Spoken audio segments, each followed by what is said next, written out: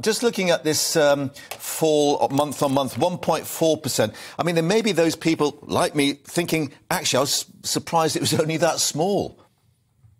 That's actually quite a large drop for a month. It's the biggest decline we've actually seen over the month since the pandemic. And before that, you probably have to go back to the financial crisis to see that sort of monthly decline. Having said that, important to say that monthly figures can be volatile. And this really reflects the fallout from the financial market turmoil that we had after the mini-budget. And indeed, the action that the Bank of England is taking with going pretty hard and fast on interest rate rises to try and cool things down. Yeah, so mortgage activity is mainly linked to longer-term interest rates, and that really, those rates really did spike as a result of the mini-budget, and since then they've actually been coming back down. So hopefully things are starting to stabilise, and that will help to stabilise activity and house price growth in the months ahead.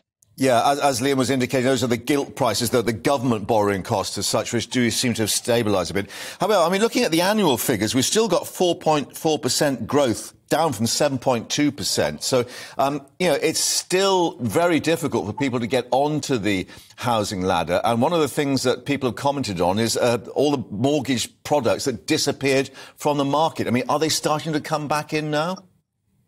So definitely, not only have rates come down, but the number of products that are available have also improved back to more sort of normal levels.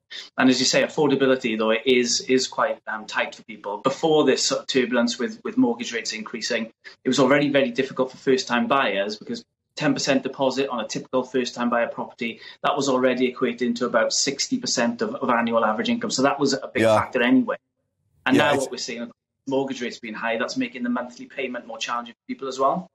Yeah, and does it really change much when you go across the country with these geographical differences, given that most people seem to earn the same wherever they work and to live?